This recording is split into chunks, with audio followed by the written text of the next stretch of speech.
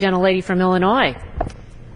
I thank the gentlelady for having this tonight, and Mr. Speaker, I thank all of the Republican women that are here, and especially the freshmen, because they have brought so much enthusiasm, so much talent, so much intelligence to this body, and have really been such a help to us. When I was elected to Congress, I was the only Republican woman to be there, and it was kind of lonesome. So I thought, well, at least I can be the president, the vice president, the treasurer, the secretary of the freshman Republican women that year. But there was nobody else to be there with me, so I had to do it all alone. But I've been here a long time. This is my 13th year, and to see what's happened and the enthusiasm and what is going on and the changes that are happening is incredible. But I came from a family that my father was the first to go to college. His parents had immigrated from Finland, even though they were Swedish. And he went to college, but he always said to my three siblings and me, you can do anything you want to do if you get a good education. And he made one mistake, maybe because he said he would pay for it. So my older sister went to medical school, I went to law school, my brother went to law school, and my little sister got her master's in Latin and Greek.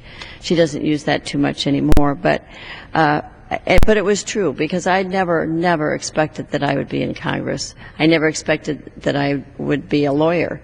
And in fact, I went to a wonderful school, Stanford, undergraduate, and then applied to law school.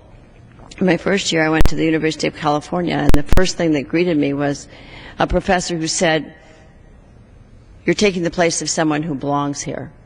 And that was a man.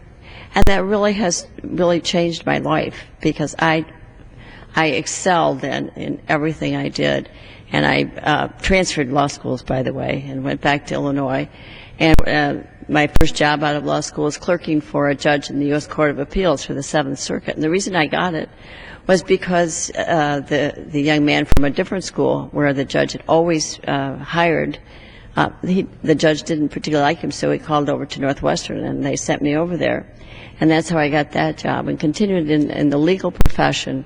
But I found that I got involved in a lot of volunteer work along the way, too. And all of that, being chairman of boards and whatever, and then running for and being elected to the state assembly. But all of that, the reason that I wanted to go into the state assembly and into Congress was what I learned from volunteer work and having 4 children, first of all, and then being president of the high school board, because I wanted my children to have the best education. And the way to do that is to get involved and to participate. And with all of the others, like being chairman of the Visiting Nurse Association of Chicago, and I got into Medicare and Medicaid. So all of these things led me to want to go into Congress. But I was asked to do those things. And finally, when a seat opened up in Congress, I said, I'm going for this, and was elected. And I've been here and on 3 committees that are really important still, with the Financial Services, the Education and Labor, and the Science Committee. And let me just talk just a little bit about trade, because as has been said by so many members, so much more eloquent than me, is that government does not create jobs. It's the private sector. But government needs to act to reduce and get rid of the barriers that we have put on so many of the businesses, so that we can have economic growth, so that we can have those jobs. And one way is to look at the trade issue. We cannot have protectionist trade policies. Free trade agreements are one of the many ways to improve all American standards of living and to get our economy back on track. And the administration has 3 trade agreements that are on the shelf, already negotiated and all ready for approval: Colombia, Panama, and South Korea.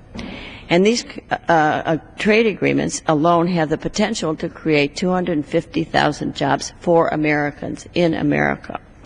And what's been so concerning is that the President has not acted. And failure to act means that we will continue to lose sales and jobs to other countries who do not face the trade barriers that our goods and services are facing. On many products, tariffs would come down immediately upon enactment of these agreements, giving a boost to exports and jobs. Let me just tell you about one company that has trade with Colombia. It's a big company with big machinery. And every time they send one of those machineries into Colombia, it's $200,000 tariff, which shouldn't be there. While Colombia can send, we have open doors, we have trade, come here. We have wasted so much time. We have wasted at least 2.5 years for not doing this. So I think with these trade agreements, such an increase would provide a tremendous boost to the national economy, especially to my home state of Illinois, and we rank number 5 for exporting in the exporting states for manufacturing and agricultural products. So I would encourage the administration to immediately send up those trade agreements. Doing so would immediately put people back to work and provide a much needed boost to our economy. And I thank all the women that are here today, and I thank you for doing this and giving us the opportunity. Great. Thank you. Great points. Next, I'd like to yield